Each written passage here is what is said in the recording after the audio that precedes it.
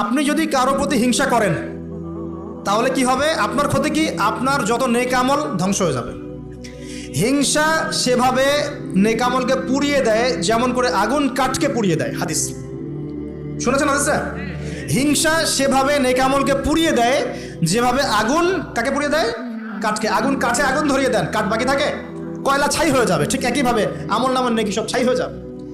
আর যদি আপনাকে কেউ হিংসা করে, ঈর্ষা করে, মানে ঈর্ষা না, হিংসা করে এবং আপনার দিকে বদনজর দেয়, হ্যাঁ আপনার ক্ষতি চায়, আপনার সাথে কুফরি করে ইত্যাদি, তাবিজ কবজ করে, তখন আপনারও ক্ষতি হতে পারে।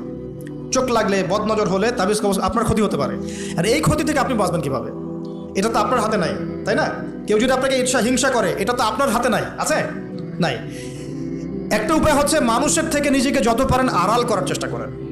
এই যে বারবার বলি না, এত শোডাউনের দরকার নাই, ফেসবুকের দরকার নাই, অনলাইনের এই যে ছবি টবি দরকার নেই, এমনি এমনি বলি না।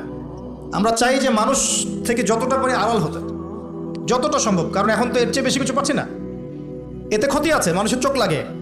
এখন আপনি বাঁচবেন কিভাবে? প্রতিদিন সূরা ফালাক, সূরা নাস, ইখলাস, সকাল সন্ধ্যা 3 বেলা করে, সকাল সন্ধ্যা 3 বার করে সূরা ফালাক, সূরা নাস, সূরা ইখলাস। প্রত্যেক নামাজের পর আয়াতুল কুরসি, ঘুমানোর আগে আয়াতুল কুরসি, সূরা বাকারার শেষের আয়াত, সূরা মুলক। এই যে কোরআনিক চিকিৎসাগুলো আপনি যদি গ্রহণ করেন, ইনশাআল্লাহ তাআলা আপনি চোখ লাগা থেকে বাঁচবেন। ইনশাআল্লাহ ইনশাআল্লাহ আপনি বদনজর থেকে বাঁচবেন, হিংসার কুপ্রভাব থেকে বাঁচবেন ইনশাআল্লাহ।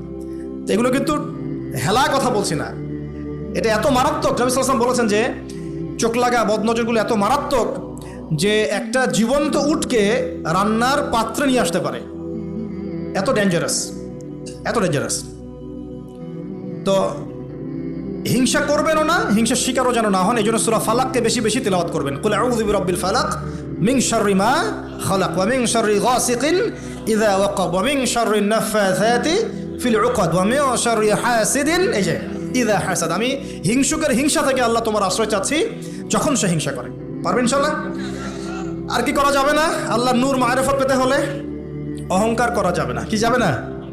আল্লাহ পাক সব পছন্দ করলে অহংকার পছন্দ করবেন না। আল্লাহ পাক অহংকার পছন্দ করবেন। আল্লাহ পাক অনেক পাপ মাফ করে দিতে পারেন। অহংকার আল্লাহ পাক খুব কঠিনভাবে ধরেন।